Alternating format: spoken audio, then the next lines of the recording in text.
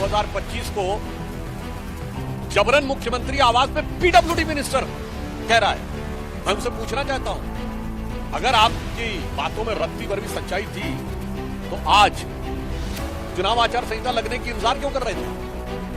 कल तक तो पीडब्ल्यूडी मंत्री महोदय के हाथ में सब कुछ था। ये लाचारी है या बाजीगरी है, ये दिल्ली की जनता भली भांति समझ रही है। और फिर उसके बाद जिस ढंग से सरकारी कर्मचारियों को धमकाते हुए दिखाई पड़े, ये निश्चित रूप से दिल्ली और सेंट्रल गवर्नमेंट दोनों के सरकारी कर्मचारियों का भी अपमान है। और ये उनकी उसी अराजक प्रवृत्ति के अनुरूप है जिसमें वो चीफ सेक्रेटरी के साथ मारपीट कर चुके हैं और अपनी सांसद के साथ मारपीट कर चुके हैं। तो इसलिए हम बहुत स्पष्ट शब्दों में कहना चाहते हैं कि आज जो कुछ भी आम आदमी पार्टी ने किया है, ये इनकी उच्छृंखल, उद्दंड और अराजक प्रवृत्ति का सीधा साधा उदाहरण है। This is a glaring example of their irresponsible, insane and anarchic behavior. मित्रों, दिल्ली में चुनाव की आचार संहिता लगने के साथ ही भ्रष्टाचार के स्मारक की हकीकत तार तार होकर जनता के सामने आती जा रही है।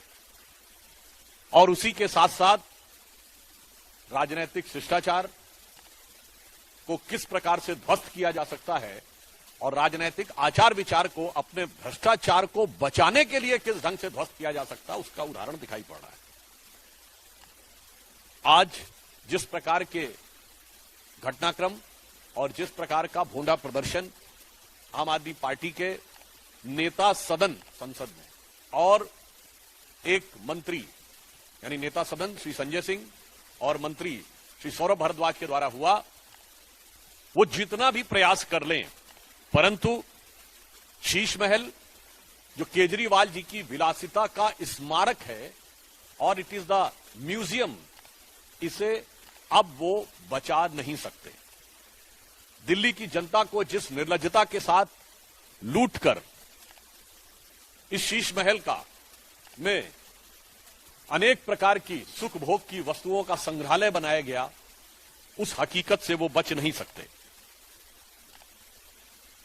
और इसी से बचने के लिए जो कुछ उन्होंने आज किया है, वो राजनीतिक दृष्टि से उच्छृंखलता, उद्दंडता और अराजकता का एक भोंडा प्रदर्शन है, जो आम आदमी पार्टी के